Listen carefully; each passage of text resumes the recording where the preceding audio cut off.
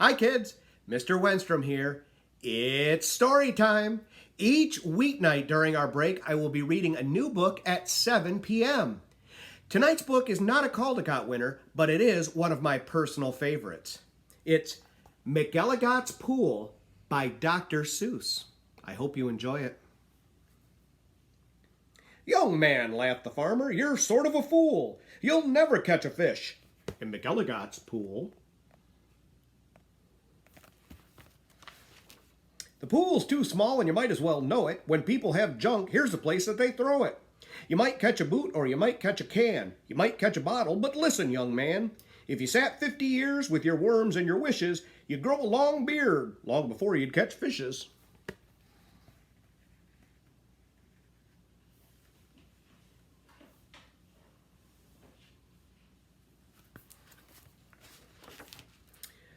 Answered Marco, "it may be you're right. I've been here 3 hours without one single bite. There might be no fish, but again, well, there might. 'Cause you never can tell what goes on down below. This pool might be bigger than you or I know."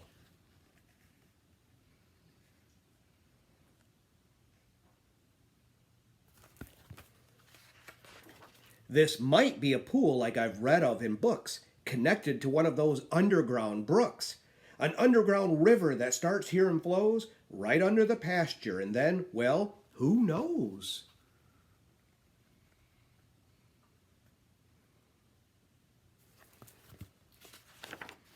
It might go along down where no one can see, right under State Highway 203, right under the wagons, right under the toes of Mrs. Umbroso, who's hanging out clothes.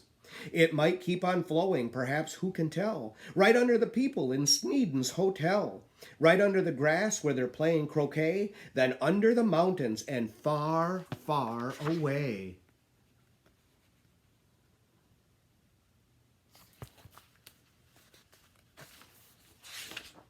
This might be a river, now mightn't it be, connecting McEllifot's pool with the sea. Then maybe some fish will be swimming towards me. If such a thing could be, well, they certainly would be.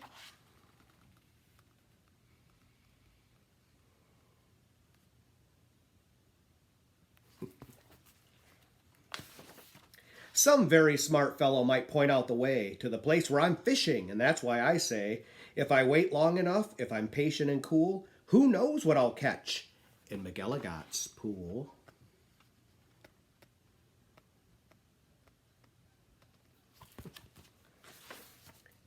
I might catch a thin fish, I might catch a stout fish, I might catch a short or long drawn out fish. Any kind, any shape, any color, any size. I might catch some fish that would open your eyes.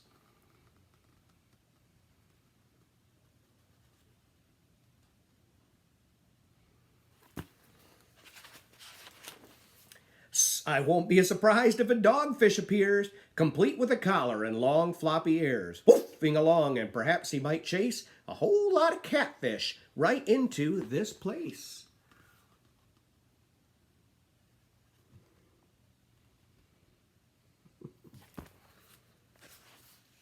I might catch a fish with a pinwheel tail. I might catch a fish who has fins like a sail. I might catch some young fish, some high-jumping friskers. I might catch an old one with long flowing whiskers. I might catch a fish with a long curly nose. I might catch a fish like a rooster that crows. I might catch a fish with a checkerboard belly, or even a fish made of strawberry jelly.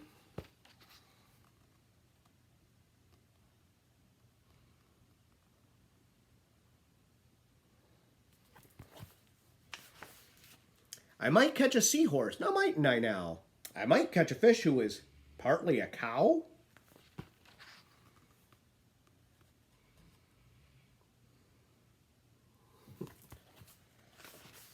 Some fish from the tropics, all sunburned and hot, might decide to swim up. Well, they might they not?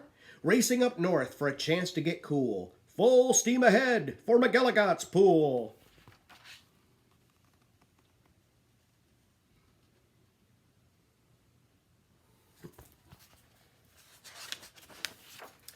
Some Eskimo fish from beyond Hudson Bay might decide to swim down. Well, they might be headed this way. It's a pretty long trip. Yes, they might, and they may.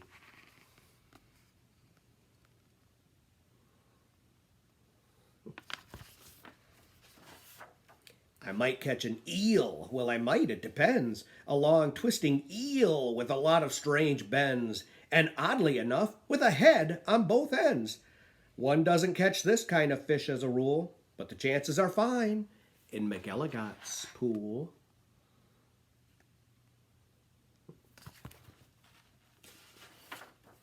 I might catch a fish with a terrible grouch, or an Australian fish with a kangaroo's pouch.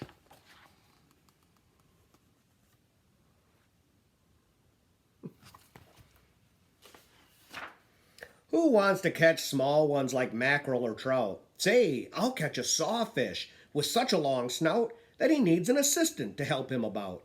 If I wait long enough, if I'm patient and cool, who knows what I'll catch in McEllifot's pool?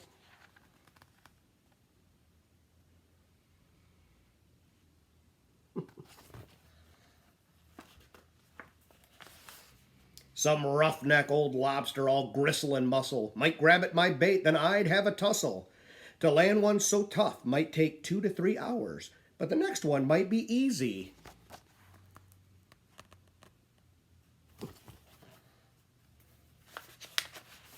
The kind that like flowers.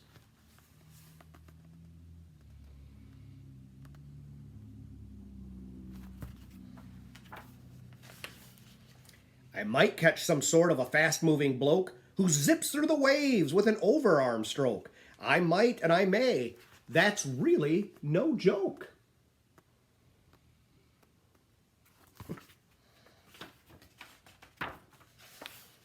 A fish even faster, a fish if you please, who slides down the sides of strange islands on skis. He might ski on over and pay me a visit. That's not impossible, really. Now, is it?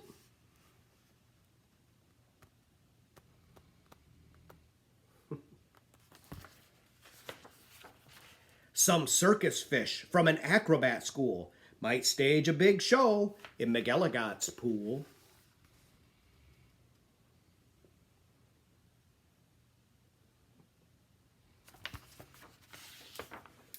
Or I might catch a fish from a stranger place yet, from the world's highest river in far-off Tibet, where the falls are so steep it's dangerous to ride 'em. So the fish put up chutes and they float down beside them.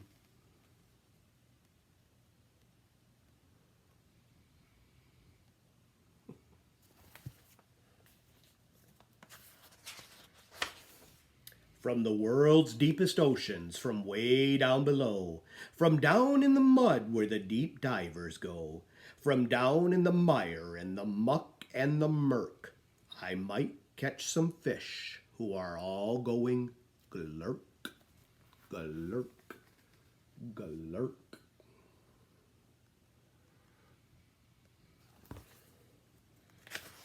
Whales! I'll catch whales, a whole herd of whales, all spouting their spouts, all thrashing their tails. I'll catch 50 whales, and I'll stop for the day, 'cause there's nothing that's bigger than whales, so they say. Still, of course, there might be.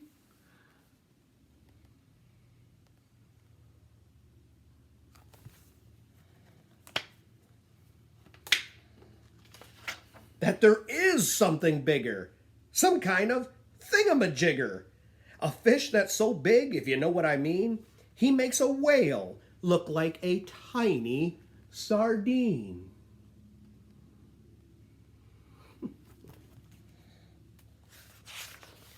Oh, the sea is so full of a number of fish. If a fellow is patient, he might get his wish.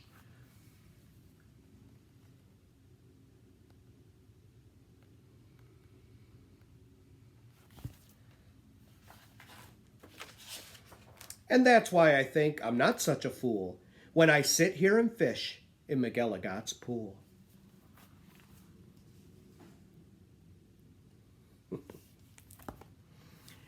I hope you enjoyed tonight's story, and I hope you'll join me for the next story time each weekday evening at 7 p.m. Thanks for tuning in, and remember, great things happen when we read.